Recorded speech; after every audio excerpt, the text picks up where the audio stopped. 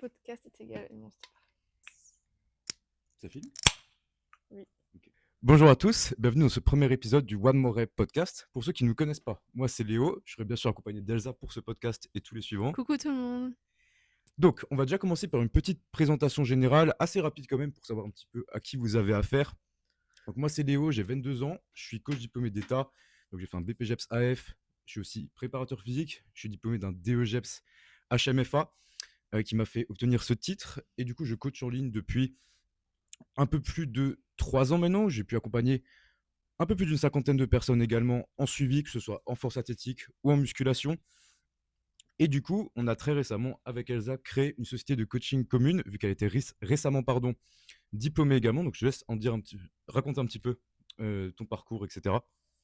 Alors moi c'est Elsa, j'ai 22 ans. Je suis diplômée d'État aussi depuis peu. Donc là ça fait actuellement 4 ans que je vais à la salle. Donc j'ai fait 2 ans de musculation et 2 ans de force athlétique. Et là ça fait actuellement à peu près 2 mois que du coup on a commencé le bodybuilding naturel ensemble. Parce que du coup Léo et moi, enfin je suis suivie par Léo du coup en tant que coach C'est ça. depuis 2 ans. Ouais, ça Et commence on à est en faire. couple aussi en parallèle Voilà, du coup. bon, je pense que vous en doutiez, mais c'est quand même bon à préciser. Du coup, comme elle l'a dit, on s'est mis assez récemment au bodybuilding naturel. Elle, vraiment très récemment. Moi, ça reste quand même récent, un petit peu plus long quand même. Donc, moi, j'ai commencé toute fin février 2025, après 3 ans de force athlétique. Donc, c'est comme ça qu'on s'est connus, forcément, quand on faisait la même discipline. Où là-dessus, j'ai pu avoir un plutôt bon niveau, on va dire, avec. J'ai pu faire les minima Europe Junior de ma catégorie à l'époque, à l'entraînement, participer au championnat de France Junior. Mais du coup, depuis fin février 2025, nouvelle aventure en body et je prépare ma première compétition pour fin 2027 en catégorie junior bodybuilding. Donc voilà un petit peu pour les présentations globales. Donc je vais juste continuer quand même par la présentation un petit peu de notre société coaching. Donc comme dit, c'est One More Rep, ce qui représente bien notre état d'esprit et vous pourrez peut-être le voir au fur et à mesure du podcast. Donc c'est la société coaching qu'on a créée ensemble depuis très peu. Donc, on va commencer à être un peu plus actif donc sur les réseaux sociaux, Instagram, et là, du coup, maintenant, sur YouTube avec ce podcast. Et je suis vraiment très content de faire ce format. C'est quelque chose que j'ai voulu faire depuis très longtemps. Et le but de ce podcast, justement, on y vient. Le but, c'est vraiment d'avoir un format plus long que les réels assez courts qu'on pourrait faire sur Instagram, par exemple. Vraiment rentrer en détail, en profondeur sur les sujets qu'on va pouvoir aborder. Donc, pour ce podcast, on va pas se prendre la tête, honnêtement. Je veux vraiment que ce soit un format assez brut, pas beaucoup de coupures, juste le strict nécessaire. Vraiment une discussion fluide entre nous. On va pouvoir justement aborder les sujets en détail. On va pas se mettre de temps. Ça prendra juste le temps qu'il faudra pour vraiment aller au plus profond du sujet. Donc ça peut durer 1 heure, comme ça pourrait durer 20 minutes en fonction de ce qu'on abordera. Donc pour ça, on ne se prend pas la tête pour le moment. C'est le plus important, je pense. On va commencer aussi par des sujets un peu plus généraux et rentrer dans le détail au fur et à mesure. On ne voulait pas commencer par peut-être un sujet trop niche, vraiment parler au plus grand nombre, et après, au fur et à mesure du temps, quand on écoulera les sujets, rentrer plus dans des trucs vraiment spécifiques. Donc voilà pour ça. Aussi, du coup, ce podcast, il va être disponible déjà sur YouTube, où vous pourrez nous voir avec la vidéo.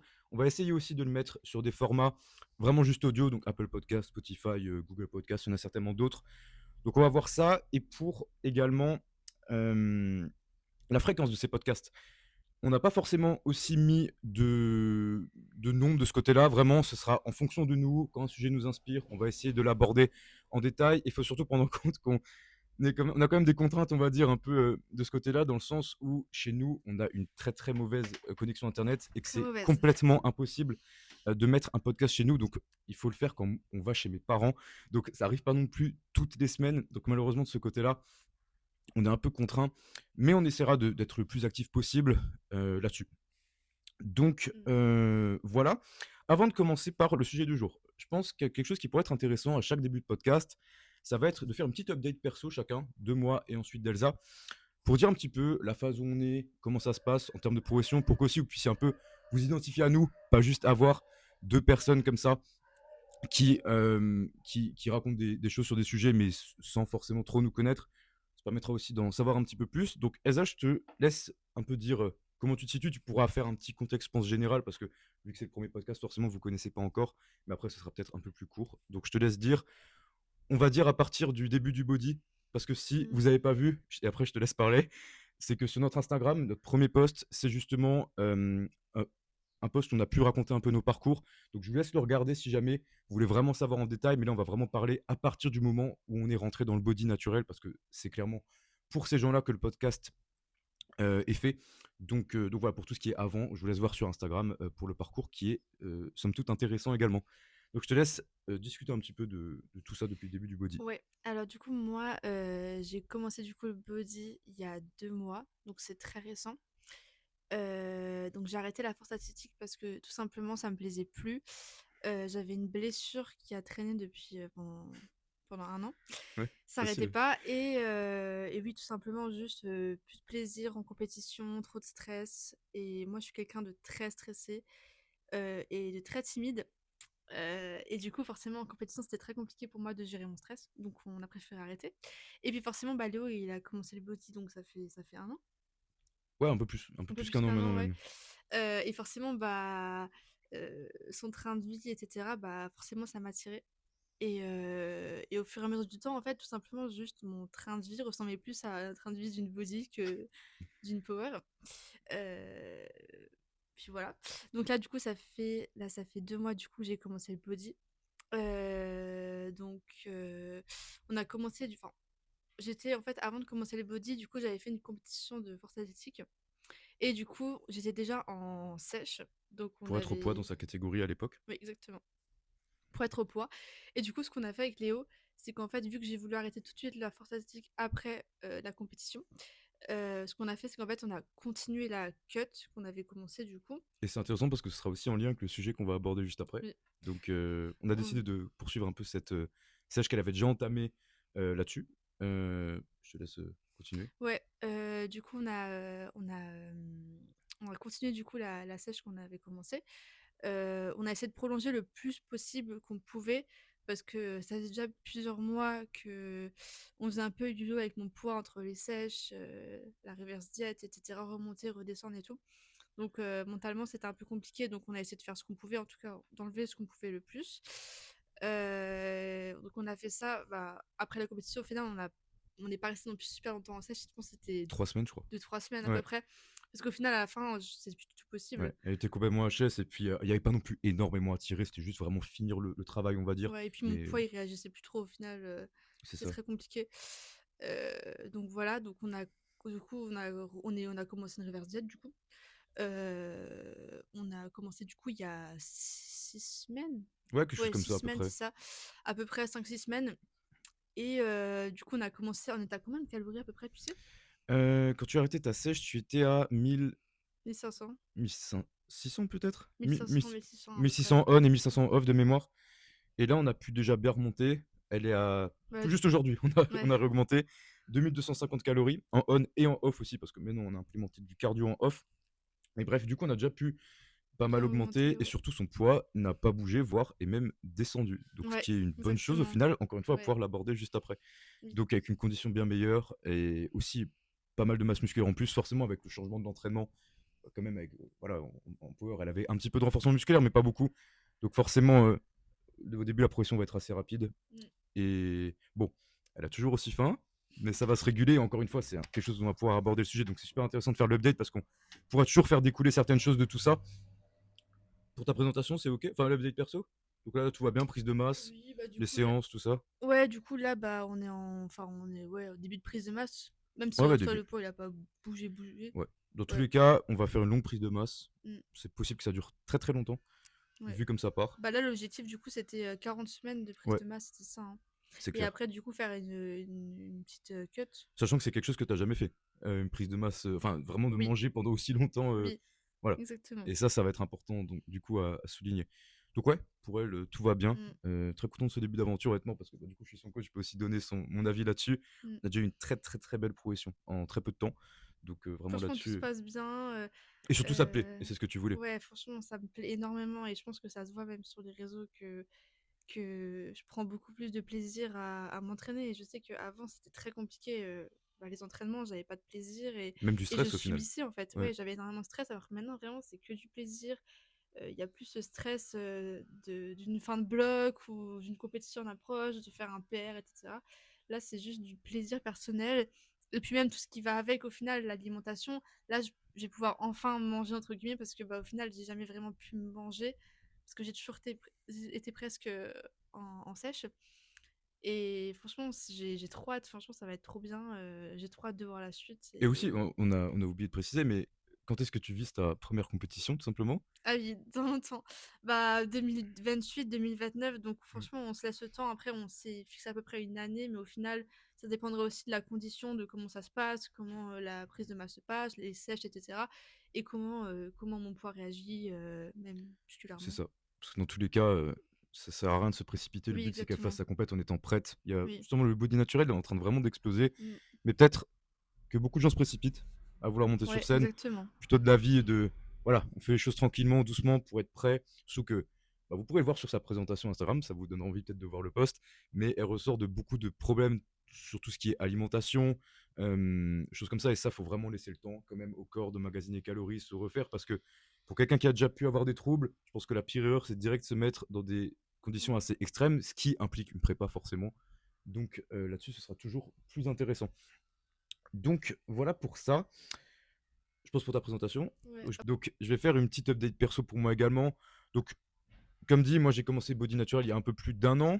Donc on avait qu'à commencer avec 4-5 semaines de recomposition corporelle, histoire de tirer un peu comme Elsa, on avait un petit peu descendu les calories pour être en parfaite condition pour commencer une prise de masse. S'en est suivi du coup la prise de masse qui a duré jusqu'à toute fin d'année 2025. J'ai commencé ma mini-cut tout pile pour la première semaine de janvier. Donc cette année, mini-cut qui a été fait assez rapidement. 9 semaines, on a enlevé plus de 10 kilos. Je crois 11 ou voire même 12 si je dis pas de conneries. Donc ouais, ça s'est fait assez vite, assez agressif, mais ça posait pas de soucis.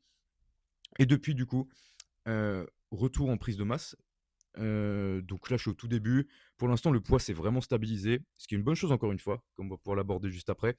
Donc ouais, vraiment tranquille pour le moment. Les séances se passent super bien aussi. À prendre en compte, c'est qu'on a changé de salle très récemment. Une salle qu'on allait déjà avant, mais on y est retourné parce qu'on n'a plus de contraintes, on va dire, géographiques de ce côté-là, vu qu'on fait le même taf, etc. Donc vraiment beaucoup mieux, une salle full gym 80 avec un bon équipement, super calme, donc aussi bien pour pouvoir vous faire du contenu. Et ouais, on s'y sent vraiment bien et ça permet de faire encore des très bonnes séances. Et là, c'est le cas. Vraiment, pour l'instant, tout progresse bien, les séances se passent bien, le poids se maintient, mais le physique bouge. Donc au final, tout est pour le mieux. Donc là, comme dit, je suis en prise de masse normalement aussi jusqu'à fin d'année 2026. S'en suivra du coup certainement une phase de pré-préparation pardon, pour la compétition 2027, pré-prep exactement. Et après, certainement une petite phase de maintien euh, pour relancer un petit peu la machine, les calories. Et après, bah, la prep directement. Donc en vrai, ça approche vite. C'est Ça clair que passe vite, hein. quand on commence, c'est pour ça Mm. qu'on dit qu'il faut se laisser le temps, parce que croyez-moi que 2 ans, même 3, ça passe à une vitesse mais phénoménale. Là, j'ai Mm. commencé il y a un peu plus d'un an, j'ai pas vu le temps passer. Et là, je me dis, dans un an, je suis déjà en prep. Alors, que pour moi, ça paraissait une éternité quand on s'était dit pour 2027 avec mon coach. Ouais, c'est clair. Donc ça passe vite. Et puis ouais, bah, en tout cas, très content de tout ça. Donc voilà pour les updates perso. Donc Elsa, je te laisse annoncer le sujet du jour. Bon, que vous avez vu dans le titre, donc il n'y a pas trop de surprise, mais... Oui. Du coup, aujourd'hui, on va aborder du coup la prise de masse, tout simplement. On va rentrer dans un sujet assez controversé, on peut dire, entre Ouais, guillemets, ouais, c'est parce clair, qu'on bien on dit. voit beaucoup de choses bien comme des choses mauvaises sur les réseaux. Et comment réussir sa prise de masse, tout simplement. Oui, Donner exactement. le maximum de conseils là-dessus. Exactement. Donc, bah, on va commencer sans plus tarder, là, je pense qu'on a fait une très très longue intro, mais qui en valait quand même la peine. Donc, premier point, j'ai quelques petites notes quand même pour rien oublier et tout aborder, c'est pour ça que depuis avant, j'ai le téléphone à côté si jamais. Donc, premier point, et bah, on a déjà pu l'aborder un petit peu juste avant, que ce soit pour moi ou pour Elsa. Premier point que j'ai nommé commencer sec. Et ça, je pense que c'est la chose la plus importante, parce qu'en fait, votre prise de masse, en fait, elle commence avant votre prise de masse. Dans le sens où, quand vous commencez une prise de masse, pardon, vous devez déjà être à un bon taux de body fat, à être bien sec. Pourquoi? Parce que justement, on verra dans les points d'après, on veut faire une prise de masse qualitative et également la faire durer dans le temps. Donc déjà, la première chose que je voulais énumérer là-dessus, c'est que il y a pas mal de gens parfois qui me posent la question ou qui se posent la question de se dire: est-ce que je fais une prise de masse? Est-ce que je fais une sèche? Donc en fait, pour moi, c'est assez simple, dans le sens où si vous posez la question, c'est que vous devez sécher, tout simplement. Mm. Parce qu'en fait, Ouais, c'est ça, pour exactement. moi, juste si on vous voit, vous montrez une photo de vous, si c'est pas évident que vous n'avez pas besoin de faire de sèche, là, vous pouvez partir en prise de masse. Par contre, si ça ne paraît pas évident que vous ne devez pas faire de sèche, bah, vous devez sécher. Donc voilà. Ok, du coup, donc on vous a dit que le mieux c'est de commencer en étant sec. Maintenant, il faut savoir pourquoi. Pourquoi? C'est parce que tout simplement, et c'est en lien comme dit avec le point suivant, c'est qu'on veut faire durer cette prise de masse. Sauf que si vous commencez déjà gras, votre prise de masse, ou même pas forcément gras, mais juste ni sec ni gras entre guillemets, un peu lambda, en fait votre prise de masse, elle va pas pouvoir durer assez longtemps. Parce que déjà vous allez prendre du gras trop vite, et donc vous allez certainement devoir couper votre prise de masse au bout de quelques semaines, sachant que, et c'est comme pour tout, le gras attire le gras au niveau hormonal. Plus on est gras, plus on est propice également à faire du gras. Donc c'est pour ça que c'est intéressant de commencer en étant sec, parce que vous aurez une marge de progression. Et aussi, deuxième chose, et je pense que ça peut, et ça se voit par exemple chez Elsa, mais comment vous pouvez évaluer votre progression si vous ne la voyez pas? Ça paraît logique, mais Ouais. au final, si tu vois pas euh, vraiment ton corps se construire, votre masse musculaire se créer, parce qu'il y a un surplus de gras devant, en fait, oui, vous verrez peut-être vos indications, vos mensurations potentiellement, votre poids de corps, mais bah, notamment quand on est dans le body, ça reste une discipline visuelle, physique, et bah, c'est pour ça que c'est important de le voir. Et surtout, le plus important, c'est qu'une prise de masse, ça veut pas dire une prise de gras. Ce que beaucoup de personnes ont du mal à comprendre, c'est qu'il faut que ça soit quelque chose qui prend du temps. Une prise de masse, ça se fait pas en 2-3 mois en mangeant n'importe quoi. Mais c'est surtout, le plus important, surtout, c'est de prendre le temps qu'il faut et, euh, et de pas manger tout ce qu'on trouve, tout simplement, C'est au ça. final. En fait, Parce que, finalement, une prise de masse, tu pourrais la renommer limite une prise de muscle, oui, exactement. plus qu'une, comme une sèche, ce qui est au final pas un si bon terme, plus une perte de gras. Parce qu'au final, c'est ce qu'on veut. Prise de masse, ça veut pas dire, oui, comme elle a dit, prendre Oui. du gras ou de la flotte ou je sais pas quoi, prendre de la masse musculaire. Donc forcément, Et puis là-dessus, l'objectif, comme mm, dit, tu vois, c'est de prendre de la masse musculaire. Donc en fait, si tu... Ok, en fait, je vois beaucoup de personnes, comme dit, qui prennent du poids très rapidement. Mais en fait, quand on prend de la masse, en fait, c'est tellement lent. C'est mm. pas en prenant 1 ou 2 kilos par semaine que tu vas prendre Ouais, là, forcément j'irais que de la même masse moins haut en que ça. général. Oui, c'est ça, exactement. C'est pour ça qu'il faut vraiment prendre le temps de C'est faire une clair. prise de masse longue, contrôlée et, de vraiment faire attention au poids tout simplement parce que comme on disait aussi, le plus important c'est de prendre du poids très doucement et Ça. Et je pense que j'ai rajouterai un dernier truc pour cette sous-partie, on va dire. C'est aussi, je pense, d'un point de vue mental, d'un point de vue motivation, si vous commencez trop gras, vous allez, au final, votre corps ne va presque jamais vous plaire. C'est-à-dire que souvent, notre physique nous plaît et est vraiment mis en valeur quand on est sec. On voit clairement, quand on est sec, on paraît beaucoup plus musclé qu'une fin de prise de masse, par exemple, où on est plus gras, alors que pourtant, on n'est jamais aussi massif qu'une fin de prise de masse. Mais juste, on ne le voit pas, encore une fois. Et d'un point de vue motivation, bah, comme dit, c'est une discipline qui est axée sur le corps. Alors, bien sûr, il y a le fait que, et c'est comme pour toutes les disciplines compétitives, on veut être bon le jour J. Effectivement, en soi, on s'en fout d'être bon en dehors 2 ans avant, 1 an avant ou 6 mois avant. Le but, c'est d'être au maximum le jour J. Mais malgré tout, pour tenir dans le temps, dans le processus, il faut quand même avoir du plaisir, oui, via l'entraînement, bien sûr, mais quand même qu'on ait une image satisfaisante de notre corps et que ce soit ça le plus longtemps possible. Donc en sèche, souvent, c'est le cas. À part peut-être si on est vraiment je sais pas, en prépa par exemple très plat ou choses comme ça, on peut paraître vraiment maigre. Mais je parle en général pour une sèche classique. C'est peut-être là où souvent on est plus motivé parce qu'on voit notre meilleur physique. Mais après, le but, c'est que ça dure comme ça pendant presque au final toute la durée de la prise de masse. Vraiment qu'on soit content de se voir et c'est important. Parce que si, vu qu'une prise de masse, comme elle l'a dit Elsa, va être longue, si vous détestez votre physique pendant 40, 50 semaines, croyez-moi que ça va être très compliqué d'adhérer et que vous allez certainement la stopper plutôt que ça. surtout que ça peut être compliqué une fin de prise de masse, même physiquement et mentalement, de voir son corps justement. Déjà, je pense que de base, ça peut être compliqué en commençant juste normalement. Mm, Mais si justement tu commences ta prise de masse en étant sec, tu as de grandes chances de finir ta prise de masse en étant, oui, avec un petit peu de fat, un petit peu de fat forcément, mais pas non plus énormément, quoi. c'est Donc, ça. donc ce qui est bien aussi, c'est que du coup, quand tu voudras faire une sèche par la suite, en fait, tu n'auras pas énormément à enlever, tout simplement. Ça Exactement. sera plus rapide, Très plus bon point. efficace et... Très bon point, parce qu'après, le but, quand on fait ça, c'est effectivement de peut-être éliminer le petit surplus de gras qu'on aura fait tout du long. Mais comme je viens de le dire, c'est un petit surplus.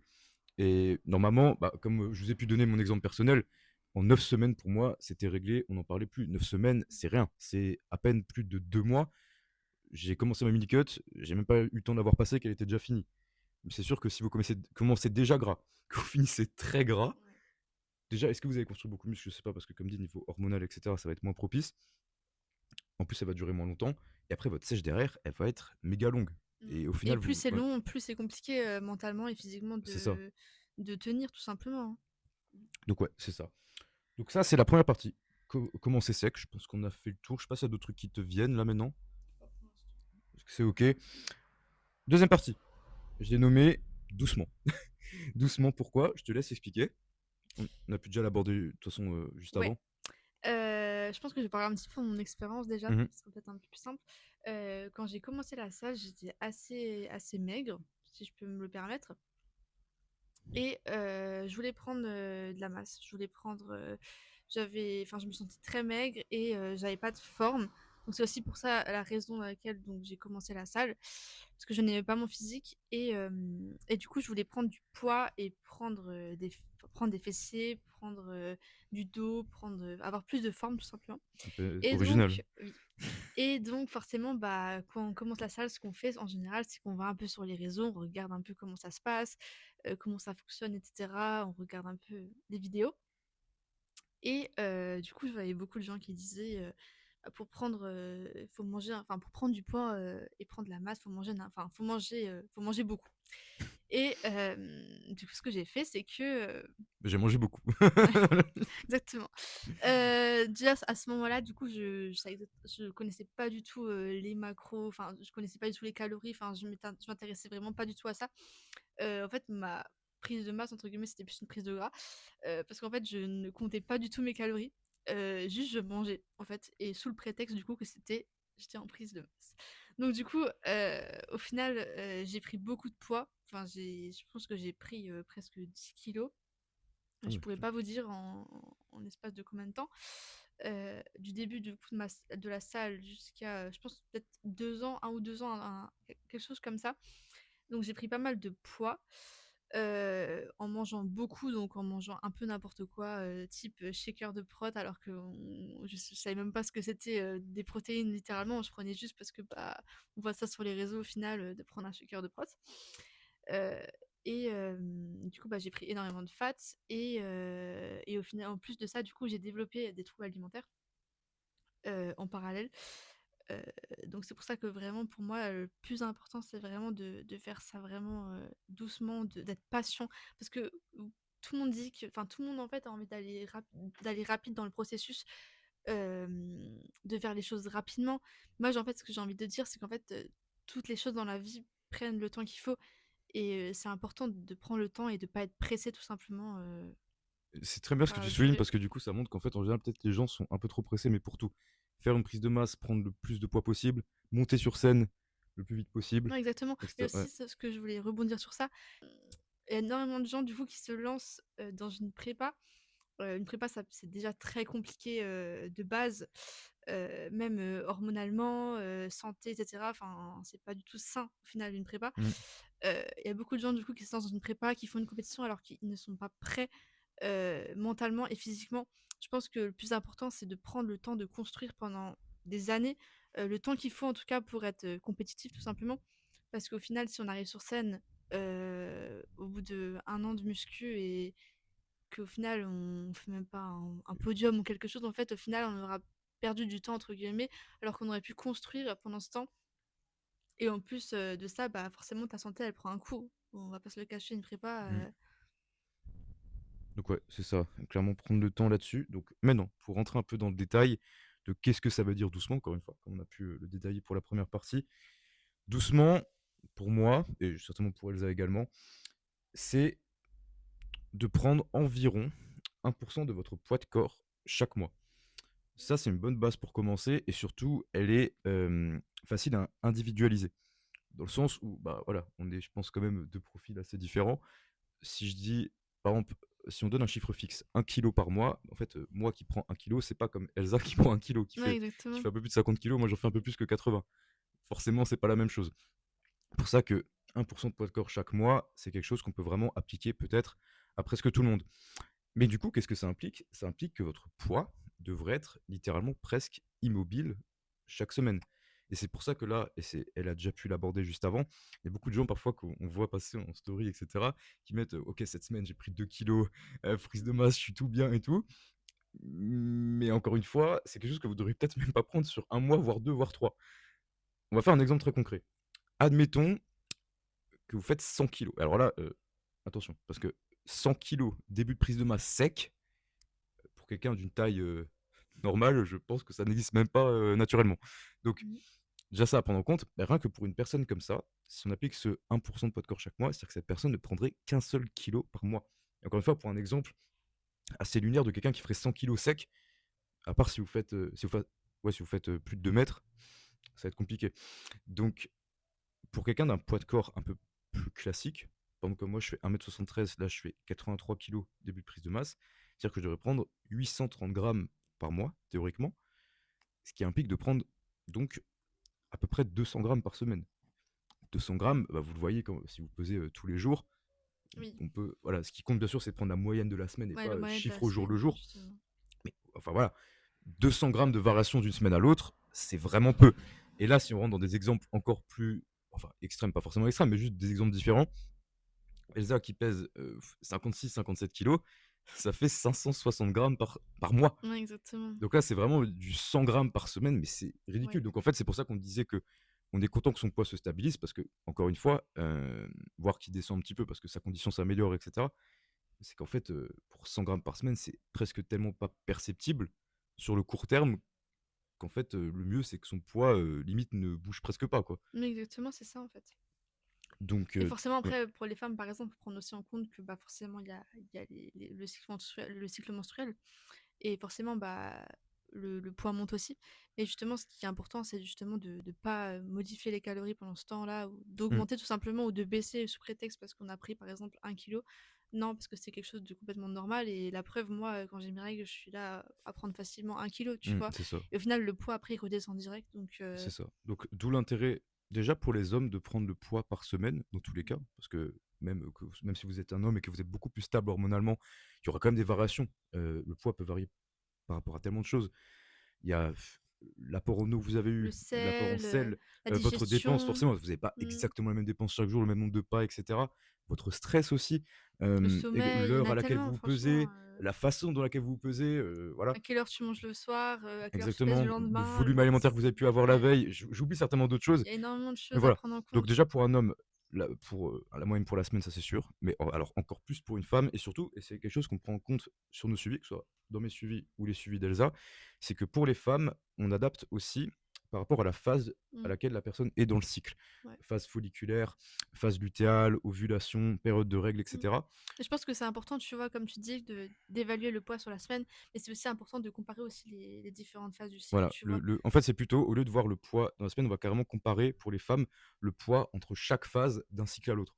Et c'est là qu'on pourra vraiment euh, bah, voir l'évolution, parce que, Mm, encore une fois, en fonction des périodes, par exemple, la phase folliculaire est censée être beaucoup plus stable qu'une phase lutéale où vous aurez potentiellement plus de rétention d'eau si vous êtes une femme, aussi plus d'envie de manger en mm, général, parce que la progestérone, pardon, va prendre le dessus sur l'oestrogène.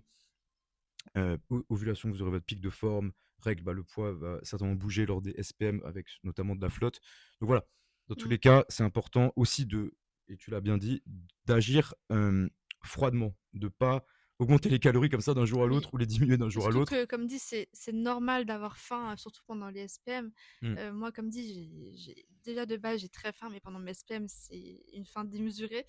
Euh, mais justement, c'est pour ça que c'est important, comme dit, de faire attention au poids, de ne pas prendre en compte, même comme dit, on fait énormément de rétention d'eau pendant les SPM et pendant certaines phases du cycle.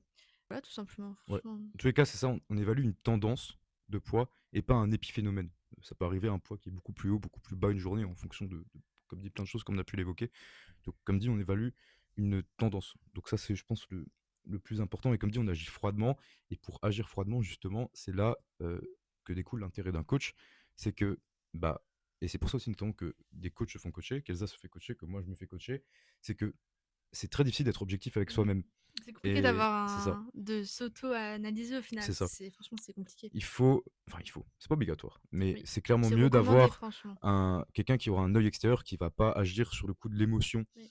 là-dessus. Mais après, pour ça, il faut aussi que justement votre coach soit capable d'agir froidement. Je vous dis ça, par exemple, je coach Elsa, donc je pourrais potentiellement, moi, agir sur l'émotion parce que c'est ma copine, etc. Mais malgré tout, c'est vraiment Et dissocier le pourtant, j'ai coaching de. faim, Voilà, hein. elle peut. Ça fait littéralement 2 mois que sur notre fichier Google Sheets, il y a marqué fin 10 sur 10 tous les jours, mais que pourtant, les calories augmentent très gentiment. Donc voilà, il faut toujours agir froidement, Oui. être un peu sadique parfois peut-être, mais c'est important parce qu'au final, c'est pour son bien et elle le sait très bien. Bah, justement, je Donc, préfère ça que ouais, l'inverse, quoi. Que tu c'est ça. augmentes juste les cales parce que j'ai faim.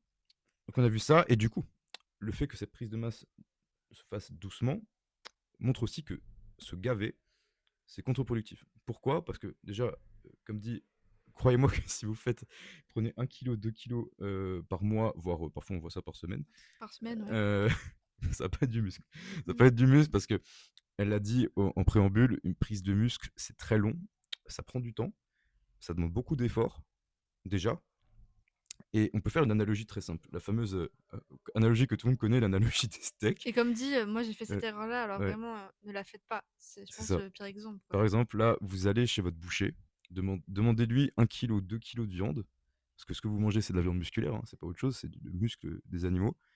Collez-vous ce putain de kilo, ces 2 kilos de viande sur vous, vous allez voir ce que ça change à votre physique. Donc vraiment là-dessus, il n'y a aucun monde où quand vous prenez 1 kg, 2 kilos, que ce soit du muscle, vous aurez une très très très grande majorité de gras. Mmh. Vraiment, une prise de muscle, ça se fait des dizaines de grammes peut-être par mois. Bien sûr, il faut prendre en compte, c'est que quand vous prenez du muscle, il n'y a forcément pas que du muscle. Dans une prise de masse, vous aurez forcément un petit surplus de gras qui va se créer, mais ça va rester minime. Et surtout, il y a aussi d'autres choses. Quand vous créez du muscle, vous aurez aussi du glycogène qui va aller dans ce nouveau muscle. Glycogène qui attire de l'eau, donc il y aura aussi un peu de l'eau, pas de façon négative, mais une rétention d'eau intramusculaire. Donc bref, pas mal de choses. Mmh. Forcément, quand vous prenez du poids, c'est pas binaire, hein, c'est pas que du gras, que du muscle, que de l'eau, je sais pas quoi, c'est toujours un mix un petit peu. Mmh. Mais on veut que ce mix soit le plus vers le spectre du muscle que le spectre du gras. Donc, Mais surtout que ça c'est le plus quand vous important. faites une prise de masse, pensez aussi au futur, pensez à l'après, donc la sèche. C'est Parce qu'au ça, final, tout le gras que tu vas accumuler pendant ces mois, en fait, au final, quand tu vas devoir faire ta cut, au final, tu auras énormément à perdre, alors que à l'inverse, bah, tu n'auras pas énormément à perdre, ça sera vite fait, bien fait. c'est ça, exactement. Donc pour cette deuxième partie, je pense qu'on a fait le tour. On va lancer la troisième. Avant ça, juste petite coupure. Elsa va vérifier si ça filme toujours parce que ça nous embêterait un peu. Je pense que ça filme dans le vide depuis avant. Ok, on vous reprend. Tout filme bien comme il faut. On s'est rendu compte qu'on parle beaucoup et que ça fait déjà très longtemps. Moi qui avais peur que ça dure pas assez longtemps, je pense qu'on est bon.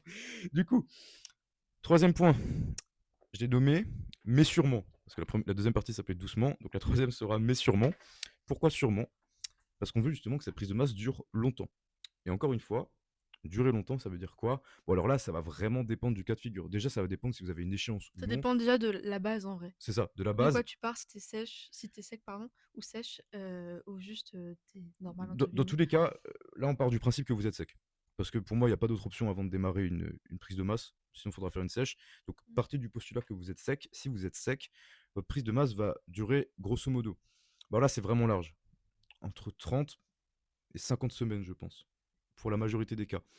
Alors, c'est sûr que ça fait beaucoup Ouais. d'écart. Mais Ça dépend, comme dit, de l'objectif que tu te fixes c'est au ça. final, combien de poids tu veux prendre. C'est ça. Dans tous les cas, le but, ça va. Avant tout, je pense que le plus important, c'est que si vous avez un bon coach, il va pas vous dire, ok, là, on fait tout pile 34 semaines de prise de masse. Non, ça n'existe pas. Si c'est bien fait, ça donnera une tendance. Mais dans tous les cas, c'est comment va évoluer le physique. Encore une fois, si vous faites les choses correctement, comme on est en train de le faire avec Elsa et d'autres de nos suivis, si vous prenez du muscle doucement, que vous prenez peu de gras, voire même pas du tout, que votre condition s'améliore, vous pourrez potentiellement faire une prise de masse pendant peut-être même plus d'un an. Et 50, justement, 60 plus c'est semaines. long, C'est mieux ça. c'est au final. Et c'est peut-être ce qu'on va faire avec Elsa, vu comme c'est parti, au final. Et justement, tant mieux. Le but, c'est qu'elle dure le plus longtemps possible. C'est sûr que si par contre vous gérez peut-être un petit peu moins bien, c'est pas forcément de la faute de votre coach, hein, ça peut être aussi la personne qui est peut-être moins investie peut-être dans la progression, parce que ça, c'est aussi un point qu'on va aborder après, la régularité de votre prise de masse en termes d'investissement. Mais voilà, si ça dure peut-être 30 semaines, c'est certainement que là, vous avez pris pas mal de fat Accumuler et que dans tous trop les cas, de. ça servira à rien de continuer pour continuer, juste pour avoir un chiffre normal, entre guillemets, de prise de Ouais, masse. Parce que exactement. comme dit, on va à 1% de poids de corps chaque mois, à peu près. Mais si vous avez pris 10 kilos en 6 mois, ça ne sert à rien de continuer juste pour être dans les clous de ces 30-50 semaines, que d'ailleurs je sors un peu de mon chapeau comme ça, y a pas de chiffre, encore une fois, ça dépend vraiment du cas de figure. Donc là-dessus, vraiment ce qu'on veut, c'est qu'elle dure longtemps et qu'on puisse progresser, encore une fois sur le long terme, et surtout qu'il faut se dire qu'une prise de masse, c'est dans cette période que vous serez le plus propice à faire vos gains, et c'est bien pour ça qu'elle est présente, mais ça on va l'aborder sur la dernière partie Mm. qui va être consacrée à l'entraînement. Euh, Elle est faite pour que vous puissiez progresser au mieux et que vous ayez surtout une stabilité hormonale que vous n'avez pas en phase de sèche. Je vais Ouais, donner l'exemple avec exactement. Elsa. Forcément, quand vous êtes ressorti d'une phase de sèche qui a duré potentiellement d'ailleurs assez longtemps, voilà, Elsa a fait beaucoup le yo-yo là-dessus pour ses compétitions de power où elle devait être au poids, etc. En fait, tout simplement, vos hormones sont déréglées. Vos hormones de la leptine et de la ghreline responsables de la satiété et de la faim vont être déréglées. Donc, on se retrouve dans une situation comme elle l'est actuellement où elle a extrêmement faim, peu importe les calories qui sont ingérées. D'où Ouais. l'intérêt de ne pas écouter sa faim. En fait, le plus Euh, dur au final, c'est que, on en reparlera dans un autre podcast ou dans une vidéo, mais le plus dur à gérer, en fait, c'est même pas la sèche en elle-même, c'est l'après, en fait. hmm, C'est la reverse date, c'est le pire truc au final. c'est ça. Parce que votre objectif, il est atteint. Vous avez plus cette motivation d'aller Ouais, c'est chercher ça. quelque chose. Maintenant, il faut le pérenniser et même s'améliorer. Mais forcément, c'est moins concret. Et, Et puis tout est déréglé au et final. c'est ça, la Franchement, faim. la faim, franchement, je pense que je pourrais manger 5000 calories facile, hein. Ouais, c'est ça le truc, c'est que. C'est... Et c'est ce qu'on voit à chaque fois. À chaque fois que j'augmente les calories, sa faim ne diminue pas. Et elle ne bougera pas, pas parce que. En fait, c'est même pas une question de quantité à ce moment-là. C'est une question d'hormones. Sauf que pour stabiliser vos hormones, il vous faut du temps. C'est pas en 3 semaines, en 4 semaines que vous avez déréglé quelque chose qui est potentiellement déréglé depuis des semaines, voire des mois ou des années, notamment quand on ressort de troubles comme Elsa. Là-dessus, de ce côté-là, où pendant très longtemps, elle ne mangeait presque rien. Et donc, voilà, il y a la faim, il y a même d'autres choses à côté. Hormonalement, on a le froid, tout le temps froid. Ouais. Après là, bon, vous Bon, là, voyez, ça va. on fait le podcast Franchement, dehors, il fait meilleur, et là, voilà. ça va un peu mieux et tout, mais c'est vrai que le plus dur, je pense que c'est même pas... En fait, c'est même pas la sensation d'avoir faim, parce qu'en soi, je trouve qu'avoir faim, c'est rien à côté, en fait. À côté, ce que j'ai envie de dire, c'est surtout le froid. Moi, j'avais les mains congelées tout le temps, Les j'avais ongles bleus, violets les même. ongles violets, j'étais frigorifiée tout le temps. La fatigue. La Mm. fatigue mentale, la fatigue physique à l'entraînement, c'est une catastrophe. Franchement, il y avait, franchement, c'est dur de prendre plaisir en période de sèche parce que bah t'es pas dans ton meilleur état de forme au final. Les séances, tu les subis entre guillemets, alors que pourtant nous, on a fait des refeeds, on a fait des Mm. déloads, etc. Tu vois, et même ça suffisait pas au final. Et mentalement surtout parce qu'en fait, moi à la fin, tu vois, j'avais pas envie de rien faire, hein. Mm. J'avais plus envie de sortir de chez moi, j'étais limite en dépression, franchement, si je peux dire le terme, parce que franchement, c'était tellement de fatigue, C'est tellement ça. d'accumulation de tout ça. Ça. Donc en fait, clairement, cette phase, le but, c'est que vous soyez stable hormonalement, mais stable dans le bon sens du terme. Stable avec des hormones qui fonctionnent bien, juste une énergie qui est propice à faire du muscle. Encore une fois, on va le voir sur la partie entraînement à la fin.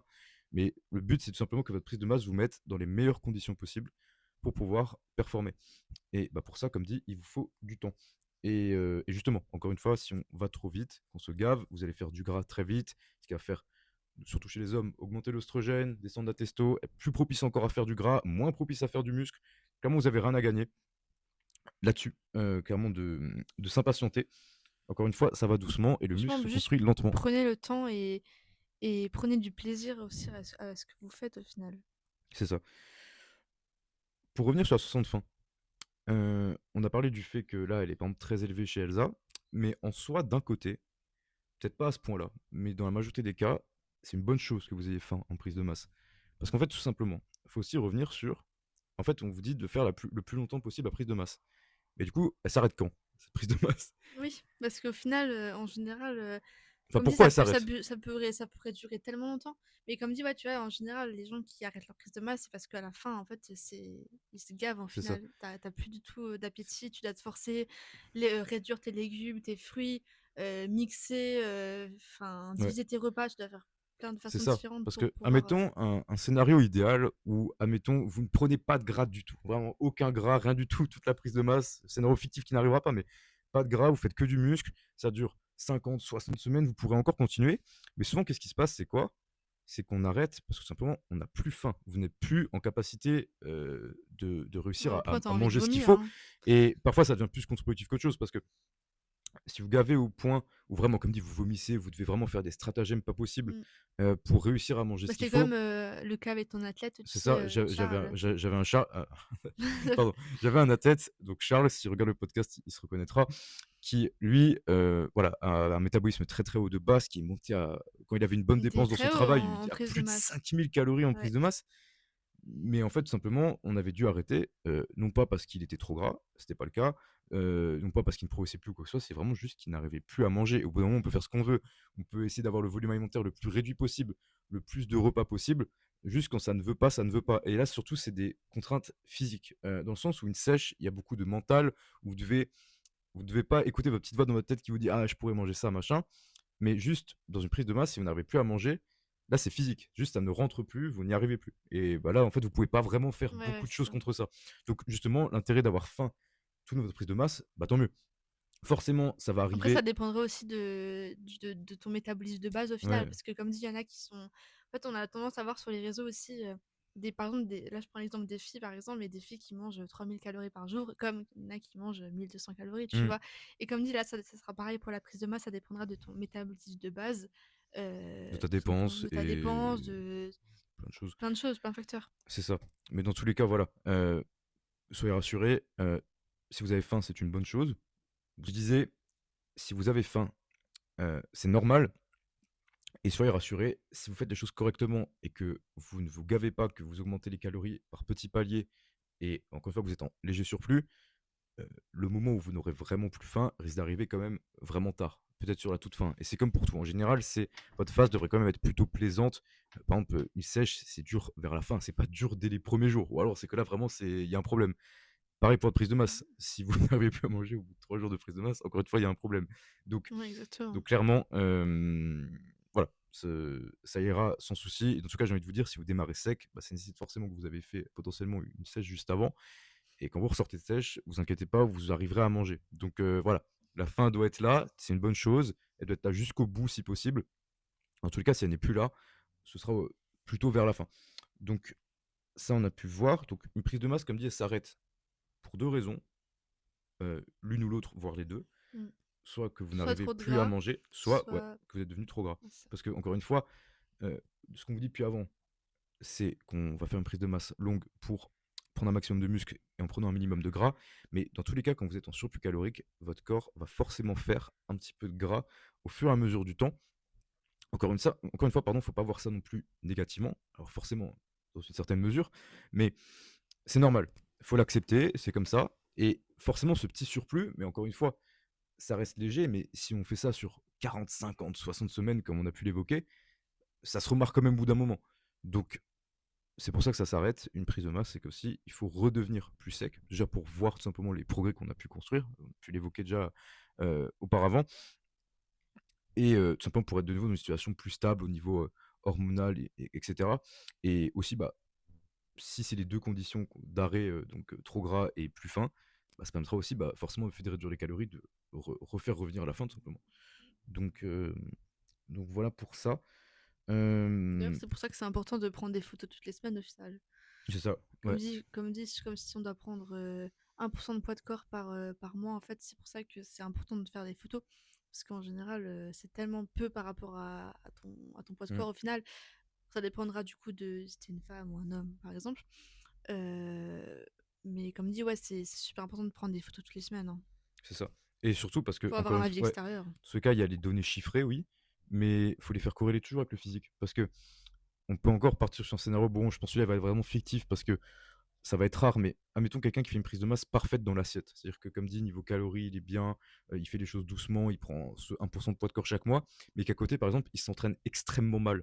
Que vraiment, soit il ne fait pas ses séances, il les skip, ou juste il s'entraîne mal, pas d'intensité, pas des bonnes techniques d'exécution, bref, peu importe. Bah, si son poids augmente, mais que son entraînement est catastrophique et qu'il ne prend pas de muscle, son poids en plus sera du gras. Donc au final, d'où l'intérêt d'avoir des photos qui font corréler tout ça pour surveiller que votre poids, le poids, vous le prenez, oui, mais aussi comment vous le prenez. Et pour ça, bah, forcément, il va C'est falloir pour ça que le c'est voir en important photo d'avoir un coach au final, aussi. pour avoir un point de vue extérieur C'est et ça. se faire suivre tout Parce que dans tous les cas, simplement. vous voyez tous les jours. Donc ça va être compliqué, peut-être, sur des si petites différences de voir les différences Oui. et aussi d'avoir un œil d'un expert entre guillemets qui sait où regarder. Parce que parfois, ce que je vois avec pas mal de mes suivis, juste avant un retour que j'ai pu faire, Manon elle se reconnaîtra sûrement, qui me parlait, qu'elle voyait la différence dans ses pantalons, choses comme ça en sèche, mais pas forcément, sur le physique. Et quand j'ai vu ses photos, bah, je voyais clairement la différence. Donc c'est pour ça aussi que c'est important, là-dessus. Donc, oh, est-ce que tu as quelque chose à rajouter sur cette troisième partie? Je pense qu'on a tout dit, hein. Longueur, c'est bon. Donc, on va pouvoir passer directement sur la quatrième. Et ça, je pense qu'elle va pas mal t'intéresser. Donc, c'est la rigueur sur le tracking. La rigueur que tu vas mettre dans ta prise de masse. Donc, là-dessus, comme tu as pu le dire, déjà, c'est pas une excuse. Enfin, non, justement. Beaucoup de fois, la prise de masse est utilisée comme une excuse pour manger tout et n'importe quoi.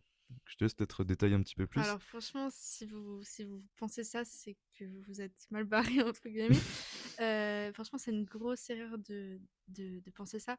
Justement, je pense que une prise de masse, ça doit être autant bien géré qu'une sèche au final, parce que c'est très important. Enfin, c'est tout aussi important, hein. Les deux phases sont tout aussi Ah, je me importantes. permettrais peut-être même de changer. Je dirais même peut-être plus attentif sur le tracking. Et là aussi, c'est un truc que j'ai pas précisé dans la présentation du podcast, c'est qu'on ne met pas en commun le sujet. C'est-à-dire que vraiment, je donne le sujet à Elsa, je lui dis, ok, ce sera comment réussir sa prise de masse. Chacun prépare de son côté. Et ça pourra aussi peut-être amener des divergences d'opinion.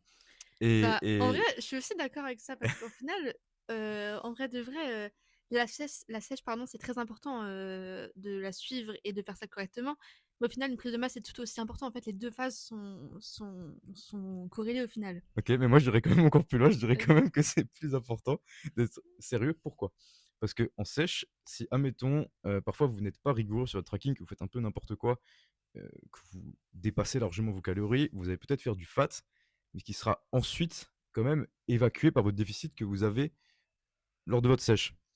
Sauf qu'en prise de masse, si vous êtes déjà en surplus et que vous faites n'importe quoi, que vous avez un surplus 10 fois plus grand parce que vous avez mangé plein de fois dehors, que vous faisiez pas Bah, attention, au etc. final, le surplus, il s'accumule C'est ça. Et ce surplus ne va jamais, et il va jamais voilà, descendre. il va jamais descendre. Et du coup, qu'est-ce qui va se passer? Bah, on en revient à avant. Votre prise de masse va très vite s'écourter. Donc, l'important, c'est vraiment d'avoir un tracking qui va être fixe. Donc là, je te laisse détailler parce que parfois, on voit plein de petites aberrations, par exemple pour les fruits et légumes, les sauces, les choses comme ça. Je te laisse dire un petit peu. Bah, en vrai, pour moi, qu'on soit en sèche, en prise de masse, dans tous les cas, il faut tout traquer. Donc, déjà, d'un point de vue diète, donc tous ces aliments, parce que je sais qu'il y a beaucoup de gens qui ne traquent pas, par exemple, ces fruits et ces légumes, alors que pourtant, en soi, T'en penses quoi pour du fruit et légumes à volonté? bah moi, déjà, je suis contre. Voilà. En tout cas, je parle là pour les personnes qui ont des objectifs de sèche, par exemple, ou de prise de masse, pour des gens qui veulent, qui ont des objectifs, pardon, qui vont à la salle, etc. Tu vois. Mais pour moi, c'est pas possible de ne pas traquer ces légumes et ces fruits, tout simplement parce qu'en fait, un exemple bête, mais par exemple, je sais pas, 100 grammes de fruits, tu vois, enfin, je sais pas, une pomme par exemple. Peut-être qu'une pomme, entre guillemets, c'est rien, parce que c'est juste un fruit, mais au final, tu vois, c'est peut-être 50 calories. Moi, je donne un exemple bête. Par exemple, c'est 50 calories. Au final, sur ton déficit ou ta prise de masse, 50 calories, au final, c'est énorme. C'est ça. Et C'est énorme, on on rentre va pas toujours se dans le cette cacher. logique que, en tout cas, si tu en prise de masse, ça reste un léger surplus. Donc, comment dire, la différence entre votre maintenance et votre léger surplus, elle va être vraiment fine. C'est vraiment un flirt entre la maintenance et le surplus. Sauf que si vous avez votre diète qui est calibrée pour être en léger surplus, mais que vous rajoutez par-dessus des choses, croyez-moi que ça s'accumule vite. Donc voilà, déjà tout traquer. Bah Je après, il pense y a aussi aussi le. l'huile euh, de cuisson. Ouais, c'est ça. Il y a beaucoup de filles, enfin beaucoup de personnes en général, même des athlètes à toi, qui justement ne savaient pas qu'il fallait peser l'huile Ouais. et le beurre, etc. Surtout que ça c'est des trucs Et il y a pièges beaucoup qui de gens, montent il super y a vite. beaucoup de gens justement qui ne savent pas ça. Et en soi, c'est pas quelque chose de grave si vous ne savez pas, mais ça serait bien quand même de le savoir dans le sens où parce que l'huile et le beurre, c'est la matière grasse et que c'est en termes de calories, Le c'est truc, c'est c'est que tellement élevé. c'est du fat pur. C'est Donc, 1 gramme d'huile d'olive, c'est 1 gramme de fat. Et 1 gramme de fat, c'est 9 calories. Déjà, et en général, tu sais, les je gens, pense ils qu'il y a peu de mettent gens qui mettent seulement 1 gramme d'huile d'olive dans leur casserole. en général, les gens, Donc ils font à l'œil, ils mettent comme ça, tu vois? Mais au final, ça monte vite à 100-100 c'est ça, 150 calories, tu vois? ouais. C'est énorme. Donc au final, c'est sûr que si on fait un exemple type de la journée, le matin, vous avez votre petit déj, vous avez, potentiellement faim, vous mangez une pomme en plus. Ensuite, le midi, vous cuisez votre steak haché 5 avec de l'huile d'olive et le soir, vous avez encore faim parce que vous êtes en léger surplus de prise de masse, vous êtes au début et c'est normal que vous ayez faim. Ouais, Dire: justement, «Non, j'allais dire, c'est je normal suis en d'avoir prise de faim. masse, il faut que je sois calé». Donc au lieu de manger peut-être, j'ai pas d'exemple qui me vient en tête. Allez, on va faire un exemple assez hardcore. 100 grammes de butternut, vous en mangez 300. Regardez, s'il vous plaît, vos, calories et macros de certains fruits et légumes parce que encore une fois, et c'est pour ça qu'il faut être important de tout traquer, oui, mais aussi traquer précisément. Elle a pu déjà l'évoquer, mais par pitié, surtout, ne faites pas l'erreur de mettre 100 grammes de légumes, 100 grammes de fruits. Traquez précisément votre fruits et légumes. Parce que là, si on va prendre le truc des fruits parce que ça va être assez simple. Si vous mangez 100 grammes de bananes ou 100 grammes de framboises, encore une fois, regardez vos macros. Là, je ne les ai pas dans la tête sous les yeux, mais Personnellement, la la banane, quand je la différence rentre est dans ma monstrueuse. diète, je la sens, quoi. Voilà, ça te coupe pas mal de C'est glucides, quoi. Donc, ouais, Heu, tout compter, oui, et surtout, de manière précise. Donc ça va être important. La rigueur sur le tracking. et après, comme dit aussi, il y a toutes les facteurs externes au final autour, hein. Donc, en prise de masse ou en sèche, de toute façon, les pas doivent être faits tout le temps. Mmh. Parce que ça aussi, les gens ont du mal à comprendre, mais les gens pensent qu'il faut seulement faire ses pas quand on est en période de sèche, alors qu'au final, Ou le cardio même, c'est tout aussi important en c'est prise de ça. De masse, hein. toute façon, il faut se dire que vos pas, par exemple 1000 pas, ça représente entre 30 et 50 calories de dépensées. Alors ça peut paraître pas beaucoup, mais si vous, additionnez ça sur, je sais pas, 5000 pas, ça vous fait déjà une belle différence sur la journée, sachant encore une fois que vous êtes censé être en léger surplus. Donc peut-être 200-300 calories. Et encore une fois, bah, juste si vous avez une journée où vous faites 5000 pas au lieu de 10 000, vous pouvez avoir le double de votre surplus énergétique parce que vous avez fait que la moitié de vos pas. Et en Donc, vrai, je sais que ça peut paraître, long quand même de faire 10 000 pas parce qu'en soi, c'est quand même 7 kilomètres et quelques, tu vois?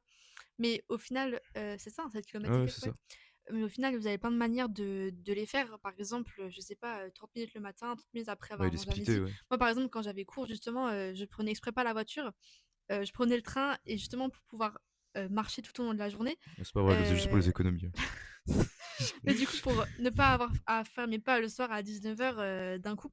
Donc en vrai, ce qui est recommandé, ce qui est le plus simple entre guillemets pour tout le monde, c'est de faire ses pas au fur et à mesure de la journée et de pas faire 10 C'est 000 ça, pas d'un coup parce que 10 000 pas d'un coup, je pense que c'est au moins 1 heure et demie, hein, c'est ça. voire C'est 1 heure et plus. demie à peu près. Ouais, c'est ça. Ça dépend à quelle vitesse vous marchez, d'où les calories aussi de dépenser entre 30 et 50. Ça peut paraître large, mais ça dépend à quelle vitesse vous marchez. Si vous avez un sac de 20 kilos sur le dos, c'est pas la même dépense non plus. Enfin bref, il y a pas mal de choses à prendre en compte. Et dans tous les cas, pour ceux qui pensent que faire vos pas vous fait perdre du temps, ça vous en fait gagner, parce que ça augmente votre longévité. Il y a plein d'études qui le prouvent. Donc là-dessus, si vous vivez 10 ans de plus, croyez-moi que vous serez bien content de Même faire pour vos la pas. santé, franchement, c'est C'est trop ça. important, hein. Votre récupération, Mmh. etc. Donc, Après, je peux comprendre peut-être que les gens ne veulent pas forcément faire 10 000 pas, mais faire au moins, tu sais, 8 000 pas par exemple, tu dans tous les cas, vois? en fait, ce qui Se va fixer en compter, tout cas un ouais, objectif par semaine. c'est que dans votre suivi, c'est ce qu'on fait, hein. Bien sûr, c'est personnalisé, c'est adapté à votre quotidien. Donc, bref, admettons que dans tous les cas, votre vie vous permet de faire que 7000 pas. Le but, ça va être de faire ça dans le plan. Parce que tout simplement, encore une fois, en prise de masse, souvent la prise de masse est l'excuse première du laxisme. Donc, pas de tracking, manger dehors parce Manger que, McDo tout le temps. voilà, parce que du coup, c'est prise de masse. Mais non, encore une fois, on veut rester bien là-dessus. Gérer encore mieux les repas hors diète qu'en sèche, on a pu le dire juste avant, parce que justement ça va s'accumuler et surtout, bah, rester dans le plan niveau step, niveau cardio si vous en avez.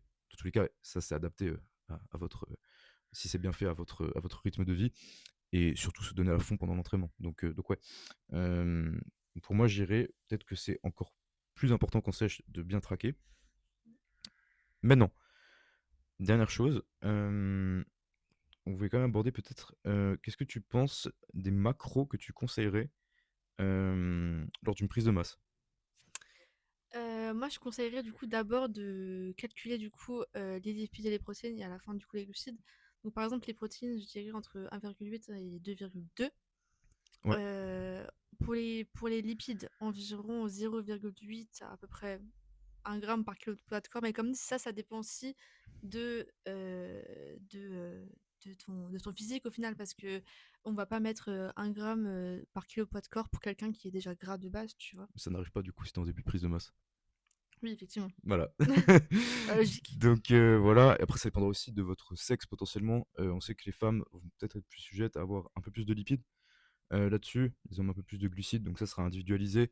En termes de macros, je pense que personnellement, le mieux serait d'être alors, encore une fois, ça peut être contre-intuitif, mais moi perso, j'irais peut-être avec plus de protéines qu'en sèche. Pourquoi? J'irais à 2,2 grammes. Au-dessus, dans tout cas, ça servira à rien. Bah, 2,2 je vois grammes pas de trop protéines l'intérêt par kilo, en c'est clairement ce plus que les de études montrent que 2,2. c'est le maximum entre guillemets recommandé et qui va pouvoir servir à quelque chose. 2,2 grammes pardon, par kilo. Pourquoi aussi haut, du coup, le max de la fourchette, on va dire? Simplement, on veut quand même que vos sources de protéines soient des sources de protéines de qualité qui viennent potentiellement le plus possible de produits animaux. Et le truc, c'est que quand vous êtes en prise de masse, c'est que vous mangez déjà potentiellement beaucoup. Et du coup, Euh, forcément, par exemple, dans le riz ou les pâtes, il y a déjà énormément de protéines. Donc c'est au ça. final, t'as presque pas de protéines En fait, animales, si en vous avez fait. des glucides qui sont très hauts, vous aurez déjà une grosse partie de vos glucides qui vont être couverts, une grosse partie de vos protéines, pardon, qui vont déjà être couverts par vos aliments qui vont être riches en glucides. Donc en fait, tout simplement, là-dessus, c'est sûr que si vous avez n'importe quoi, 200 grammes de pâtes ou de riz ou de quinoa ou que sais-je, ça va déjà faire beaucoup de protéines. Et le truc, c'est que vous avez des protéines qui vont être basses, style, enfin, peut-être pas forcément Ça basse, mais dépendra comme si fourchette du basse, on va profil dire au final. 1,8 grammes par kilo. En fait, il y a vraiment un monde où vous pouvez même pas avoir d'aliments riches en protéines de votre repas parce que ça va déjà être couvert par les glucides. Alors que justement, en sèche, souvent on dit ouais, protéines plus hautes en sèche pour conserver le muscle. Alors oui, maintenant, si vous avez des glucides qui sont vraiment bas en sèche, comme par exemple Elsa à la fin qui limite n'en mangeait presque plus, bah, en fait, vous avez déjà une tonne, on va dire, de viande ou de choses comme ça, et ça va pas servir à grand chose d'en rajouter, surtout si ça vous fait avoir beaucoup moins de glucides parce que vous avez des protéines trop hautes. Ouais, c'est ça. Donc voilà, moi je dirais plutôt sur 2,2 grammes de protéines par kilo en prise de masse.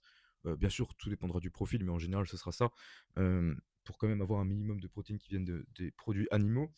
Ensuite, pour les lipides, j'individualiserai en fonction de si c'est un homme ou une femme. Donc, on va dire que là, on pourrait faire varier entre jour on et jour off. C'est ce qu'on fait avec Elsa, par exemple. Ou là, peut-être un peu plus bas en jour on, 0,8 grammes pour un homme, quelque chose comme ça. Et aller plus vers les 1 gramme, voire plus du coup chez les femmes. Avec Elsa, on a 1,2 grammes par kilo sur les jours off pour un peu plus de lipides, vu que de toute façon, il n'y aura pas besoin d'autant de glucides en jour off, vu qu'il n'y aura pas d'entraînement. Et après, bah, on comble le reste avec les glucides, tout simplement. Le reste de vos calories, un Exactement. maximum de glucides. Donc ouais, je pense que ce serait ça pour les macros. On va pas forcément aller dans le détail sur le timing des macros, ça on pourra Parce que peut-être ouais, le sujet ce d'un serait prochain long en podcast, c'est plus. ça. Donc ouais, je pense qu'on est bon. On va pouvoir attaquer la dernière. Donc, alors je l'ai appelé ne pas tout voir par le prisme de la diète. Pourquoi? C'est parce que, et je pense que c'est encore plus important, c'est qu'une prise de masse, alors ça peut paraître un peu contradictoire par rapport à tout ce qu'on a dit qui concernait que la diète au final, c'est que ça va surtout être important à l'entraînement, à la salle. Pourquoi? Parce que tout simplement, votre sèche, au contraire, elle ne va dépendre presque uniquement, on va dire, de votre diète. Bien sûr, vous pourrez jouer sur votre dépense. Bon, déjà, une séance de muscu, c'est pas ce qui va vraiment beaucoup dépenser. Ça pourra faire augmenter votre métabolisme de base via la masse musculaire que vous allez créer, etc. Il y aura votre dépense, vos pas, votre cardio potentiellement, mais majoritairement, ça va quand même se jouer dans l'assiette, on va pas se mentir. Vous n'allez pas faire 40 000 pas par jour pour ne pas descendre vos calories. Donc, bon, si, Du coup, moi, je suis il y en a un peut-être il peu. y en a certains qui le font, hein, mais Ouais, justement, moi, je suis pas forcément pour justement le fait de faire c'est autant ça. de pas en sèche, tu vois. Par exemple, bah, 20 000 pas, tu vois. Bah, Moi, déjà, c'est contraignant ça prend énormément de temps. et surtout, au bout d'un moment, faites. Bah, Puis c'est l'exemple débile. fatigant. Parfois, quand on est en voyage, on était à Amsterdam il n'y a pas trop longtemps. Elle était à toute fin de sa sèche. Juste avant de démarrer sa prise de masse, on faisait 30 000 pas par jour, chose comme ça. Croyez-moi que quand même, on le sent passer. Alors faire Ouais, ça, justement, bah, ouais, ouais, c'est c'est ça, ça. faire ça, et surtout en fin de sèche. Moi, j'étais, ouais, Mais voilà. du coup, j'étais en fin de sèche. Mais par exemple, voilà, faire autant de pas tous les jours, ça vous fatiguera quand même si c'est une dépense qui est de base Mm. douce. Donc bref, dans tous les cas, une sèche, ça va jouer dans votre assiette, majoritairement. Une prise de masse, comme je vous ai dit, alors le but, c'est que votre prise de masse, elle vous mette dans des parfaites conditions pour performer, mais encore faut-il performer. Encore faut-il faire ses séances correctement, avec une bonne intensité, une bonne Une bonne technique. Et pour ça, de toute technique, façon, un on bon va en parler dans pas mal de contrôle, podcasts, bonne j'imagine. tension. Mais ce qui prime, c'est votre entraînement. Votre diète ne vous fera pas prendre du muscle. C'est pas le fait d'être en surplus calorique, enfin, qui vous fera prendre du muscle. Vous pouvez prendre du muscle même en déficit. C'est juste que vous, la prise de masse vous met dans des parfaites conditions pour performer, mais il faut performer. Il faut que vous ayez à la salle sérieusement. Et justement, il faut être enfin, il faut être sérieux tout le temps. Mais faudrait être encore plus sérieux sur l'entraînement à ce moment-là, parce que c'est là où vous construisez le plus de muscles possible. Mais voilà, Bah, surtout parce qu'on a le plus d'énergie au c'est final. ça. C'est pour ça aussi C'est que les gens ça, ils c'est juste comprennent que pas ça vous trop, mette mais dans des conditions favorables d'énergie pour pouvoir faire des bonnes séances. Parce que encore une fois, ça veut pas dire que vous prendrez pas de muscle, pardon, si, vous êtes en déficit, c'est tout à fait possible, mais ce sera quand même moins facile. Bah, plus optimal quand même en prise de C'est ça. masse. Surtout que, par contre, Elsa pourra vous le dire mieux que moi encore, elle a une énorme capacité à aller loin dans l'effort, mais On on peut on y carrément, on peut penser que c'est faux. on y trouve quand même une limite, dans le sens où c'est très compliqué à expliquer, mais en sèche, notamment à la fin, quand vous avez vraiment pas d'énergie, parfois c'est même pas que votre corps ou votre esprit qui vous dit stop, c'est vraiment vous bouffez un mur et vous n'arrivez pas à le passer. Et ça, c'est par exemple, c'est des reps. Ouais, Voilà. ouais, surtout moi, la preuve, c'est que moi, comme dit, j'ai une énorme capacité de grind. En général, tu vois, quand je commence une série, ma première rep est déjà très compliquée. Ouais, Sinon, en fait, déjà, c'est la première, elle est facile. Pour moi, c'est sûr que ça sera trop léger. trop léger. Et en sèche, bah, tu vois, comme dit, tu le voyais bien que, en fait, mentalement, je pouvais plus, je me prenais un mur. Mais en fait, quand je regardais la vidéo, je me disais, putain, mais en fait, je suis pas à l'échec. C'est ça. Et Mais alors que pourtant, pourtant, elle ne j'étais pouvait à pas. l'échec, je ne Ouais, pouvais c'est ça. plus. Mais en fait, ça, C'est le c'est à corps cause qui de la. refuse, Ouais, quoi. c'est ça exactement à cause de la C'est sèche. ça. Et justement, ça, par exemple, c'est des reps que elle aurait certes, enfin, pour sûr eu en prise de masse, mais si, admettons, si ça lui arrive une fois par série sur tous ses exos pendant des semaines, imaginez le nombre de reps qu'elle aurait pu gratter et qui aurait une stimulation plus grande Mm. et qui aurait donc fait prendre plus de muscles. Encore une fois, c'est pour ça, vous aurez un bien meilleur effort en prise de masse et du coup, par conséquent, une bien meilleure stimulation. D'autant plus que, encore une fois, quand vous avez des calories à disposition, vous pourrez potentiellement assurer des séances potentiellement plus longues avec plus de Bah oui, volume. surtout en plus, C'est tu peux ça, encaisser beaucoup plus quand tu es c'est ça. en période. Donc on peut encaisser plus et surtout mieux. Donc si vous additionnez tout ça, vous serez clairement bien mieux pour faire du muscle, mais justement, donc le but c'est de ne pas tout voir à travers la diète. Ce n'est pas votre diète qui vous fera prendre du muscle, c'est votre entraînement. Vous entraînez correctement et voilà. Et surtout s'entraîner correctement et mettre de l'intensité. Ouais, c'est sûr. Exactement. Parce que justement, c'est l'exemple que j'ai pu donner avant, qui est peut-être un peu fictif, parce que enfin, ma connaissance, ça paraîtrait assez extrême, quelqu'un qui fait tout parfaitement au niveau de la diète, mais que rien ne va au niveau de l'entraînement. Mais si on va dans cet exemple, oui, clairement, vous aurez votre surplus calorique, mais qui ne servira à rien parce que vous ne le mettrez pas au profit de votre entraînement. Et c'est ça, au final, qui importe. C'est que ce soit votre entraînement qui C'est soit des bien deux choses calibré. en même temps. Ça, c'est pour ça que, par exemple, mon avis personnel, et pour moi, ça ne sert presque à rien au final de mettre une personne en prise de masse si elle ne sait pas s'entraîner. Vaut mieux au contraire plutôt la mettre en maintien calorique, si elle a pas besoin de sécher par exemple, le temps qu'elle sache s'entraîner. Et c'est pas péjoratif de dire ça, hein, c'est beaucoup de gens pensent que la muscu c'est facile, qu'ils ont pas besoin de coach ou de choses comme ça, mais ça reste une discipline, voilà, je dis Ça n'importe prend quoi, du temps c'est ça. de savoir sa Savoir limite au s'entraîner, faire les final, d'aller à mouvements, l'échec et se tout. Faut donner, quand et même. cetera. C'est sûr qu'en fait, c'est ça le piège un peu avec la muscu, c'est que beaucoup de gens, enfin, vous pouvez y aller et faire vos séances, ça, il y aura pas de souci, mais après faire correctement des séances, c'est un tout autre univers. Par exemple, je pense que ça ne vous viendrait pas à l'esprit, de, je sais pas, commencer, le foot ou n'importe quel sport et de vous dire: «Bah non, moi j'ai pas besoin de coach, je sais tout très bien faire». Non, ça n'existe pas, à part si vous avez un ego surdimensionné, Mm. mais pourtant ça arrive beaucoup en muscu. Non, j'ai pas besoin de coach, je sais faire, et cetera. Donc voilà, dans n'importe quel sport, vous êtes encadré. Donc là, c'est pareil, c'est le mieux en tout cas, si vous voulez vraiment, avoir des résultats et d'où l'intérêt que voilà, donc pour moi, un surplus calorique, oui, mais à condition que vous sachiez le mettre au profit de l'entraînement, mais du coup, pour ça, encore faut-il savoir bien s'entraîner. Donc je pense qu'on a fait le tour et on peut je pense que c'est une transition toute trouvée, pour dire que, bien sûr, nous avons des places en suivi. Si jamais vous, souhaitez, bien sûr, vous développer au maximum physiquement, donc bien sûr, nos suivis sont 100 personnalisés. Par rapport à l'entraînement, la diète, vous avez un suivi régulier avec des retours vidéo, une présence quotidienne pour répondre à vos questions également, donc des suivis en ligne bien évidemment. J'ai des places, Elsa a des places, donc si jamais ça vous intéresse, n'hésitez pas N'hésitez pas même à nous écrire hein, à si nous jamais vous avez écrire des sur, questions c'est ça, sur notre sur compte la Instagram prise de masse par principalement, exemple ou c'est n'importe ça, quel sujet. Hein. soit sur notre compte OneMoreP, soit sur nos comptes, enfin pas privés, mais nos comptes respectifs, à moi et Elsa. Et si jamais vous souhaitez potentiellement rejoindre la team, nous proposons des appels 100% gratuits qui n'engagent bien sûr à rien. Si vous ne souhaitez pas prendre le coaching après, il n'y aura pas de souci. On ne va pas vous tirer dessus. Vous pouvez réserver un appel directement dans la bio de chacun de notre compte ou dans le compte OneMoreP. Un appel d'à peu près une demi-heure en visio pour qu'on puisse déjà déterminer vos objectifs, écouter un peu votre histoire, ce que vous voulez accomplir. Surtout Et, voir si c'est cohérent et avec c'est ce qu'on ça. Et propose. voir si c'est cohérent avec ce qu'on propose, Super parce qu'encore important. une fois, notre suivi il est ouvert surtout aux personnes qui seront capables de mettre en place ce qu'on demande. Donc forcément, ça demande de l'investissement, que ce soit au niveau de l'entraînement, de la diète. Dans tous les cas, c'est comme pour tout, quand on veut des gros résultats, on n'aura rien sans rien. Alors bien sûr, ce que je dis souvent à mes suivis, c'est pas les personnes qui s'adaptent au suivi, c'est le suivi qui s'adapte à la vie de la personne. Ça, c'est Mmh. très important de faire quelque chose de cohérent par rapport à la personne. Mais bien sûr, dans tous les cas, vous serez amené à faire des efforts parce que juste c'est obligatoire si vous voulez avoir des bons résultats. C'est comme dans la vie de tous les jours, hein. C'est ça, Un exactement. travail, des projets, n'importe quoi. C'est ça. Donc, je pense qu'on a à peu près fini pour ce cinquième point. Hem, ah non, quand même, ouais, j'avais encore noté un petit truc que j'avais presque oublié. C'est, hem, quand je disais que justement l'entraînement est important et ça montre encore plus l'intérêt de manger correctement et de ne pas se gaver. Pourquoi? Parce que si vous vous gavez et que vous mangez des quantités folles, qu'est-ce qui va se passer? Vous allez être en digestion toute la journée, vous allez être ballonné et croyez-moi que je pense qu'il y a rien de pire que d'arriver à la salle ballonné Mmh. avec l'envie de dormir parce que vous mangez trop et que vous n'arrivez pas à digérer. Vous ferez des séances absolument nulles et bah, si vous faites des séances Exactement. absolument nulles, vous ne prendrez pas de muscle et en plus si vous gavez, vous prendrez du gras. Donc en fait là, vous avez vraiment le pire combo possible. En fait, Mmh. le fait de se gaver, c'est vraiment la pire chose. Vraiment, je pense que c'est même plus productif d'être en sèche, d'avoir un déficit calorique pour prendre du muscle que de se gaver, vraiment. Parce que juste, vous ferez des séances absolument terribles à cause de votre digestion, etc.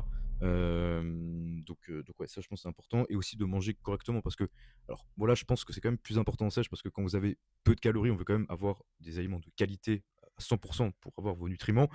Mais encore une fois, si vous êtes en léger surplus, vous n'aurez pas non plus une, une armée de calories, vous aurez un léger surplus, donc ça restera assez modeste. Donc on veut quand même avoir des C'est vrai que c'est aliments de important d'avoir qualité, des bons lipides, des bonnes glucides, des tout bonnes en fait. protéines. Ouais, c'est ça. Parce Mmh. que Et pas juste des glucides, pour, finir les calories, toi, au c'est final. ça. Parce Donc, que encore une fois, cette solution de prise de masse où tu mixes tout, tu manges plus de fruits, plus de légumes, tu bouffes que du même en miel ou termes de de la nutriments, confiture, franchement, c'est ça. Au final, encore une fois, vous serez certainement plus performant avec moins de calories, mais qui vont vous apporter des bonnes choses à votre organisme. Parce qu'encore une fois, et ça, je pense que c'est quelque chose qui est une énorme plus-value dans nos suivis, c'est qu'on met vraiment l'accent sur les micronutriments. Beaucoup de gens, et même à haut niveau, je pense, vont exclusivement sur tout ce qui va être calories macro. Alors bien sûr, c'est la base de la pyramide, mais ne vont pas explorer tout ce qui va être micronutriments, qui est absolument essentiel pour votre énergie là-dessus. Donc c'est quelque chose qu'on prend en compte bien évidemment. Et bah, là-dessus, on surtout sera certainement le chez sujet les de... femmes, par exemple, le C'est ça, fer. c'est ça. Mmh. Plein d'exemples qu'on pourra mettre dans certainement d'autres podcasts qui seront dédiés à ça. Mais voilà du coup pour ça, je Je pense pense qu'on qu'on a est fait, bon, ouais, on hein, a fait le tour pour parce que l'ensemble. sinon, franchement, on pourrait parler pendant des heures. C'est ça, pardon. C'est déjà très long, je Il y a pense. tellement de choses, franchement, qu'on pourrait aborder, donc C'est ça. Dans ça tous les finirait cas, pas. en ce qui me concerne, c'est un énorme plaisir parce que c'est vraiment quelque chose que j'ai voulu faire depuis longtemps et ça fait plaisir aussi de le partager avec toi parce que dans tous les cas, un podcast tout seul un peu dans son coin, dans sa chambre, je pense pas que c'est terrible. Le but, c'est aussi Oui. d'échanger et c'est aussi pour ça qu'on met pas forcément en commun parce que même si on travaille ensemble, On pense pas on, forcément la même chose sur on- certains points. Même si majoritairement on on pense oui, quand même la même chose parce que majoritairement. sinon on travaillerait pas Oui, oui, ensemble. oui. Mais Mais il je y a veux peut-être dire quand même des pas sur divergences oui, c'est ça. et c'est pour ça qu'on veut quand même le mettre en valeur. Comme dit, on se donne juste le sujet à chacun et après, chacun développe de son côté. Au moins, bah, s'il y a des divergences, ça permet aussi de faire un peu d'interaction. Mmh. Donc Et de ce côté-là, c'est top. surtout que nous, ça nous fait plaisir parce que on aime faire ça. C'est Donc ça, c'est pas du tout une contrainte de faire des vidéos, parler de sujets qui peuvent vous intéresser et qui peuvent potentiellement, du coup, vous aider. c'est ça. Donc franchement, c'est avec grand plaisir, hein. Donc en tout cas, on espère que cette première vidéo vous a plu. En tout cas, n'hésitez Que- pas à vous abonner, du coup, à C'est ça, notre chaîne YouTube, du coup, et à notre, compte Insta, du coup. Je le mettrai, du coup, c'est ça. Et aussi, bah, forcément, on commence, c'est le tout début, donc un peu de soutien nous ferait beaucoup de bien. Donc n'hésitez mmh. pas à mettre un pouce bleu. Et si vous êtes arrivé jusqu'au bout de la vidéo, à bah, le dire en commentaire tout simplement, si ça vous a intéressé également, si vous avez potentiellement Des choses à dire, des choses à ou dire, des rebondir sur certains questions. trucs, ou même des sujets que vous aimeriez bien qu'on aborde Oui. pour les prochaines fois. Je pense qu'elle en a aussi énormément d'idées, donc là-dessus, je pense que ça ne posera pas de soucis. Mais voilà, donc n'hésitez pas aussi à partager la vidéo, soit le lien en mettant tout ça en story Instagram, etc. pour que ça fasse un peu de visibilité. On espère que vous a plu. Nos coachings sont dans la description de la vidéo si ça vous intéresse, bien évidemment. Et voilà, on espère pardon, que ça vous a plu. Passez encore une agréable journée et à la prochaine. Merci.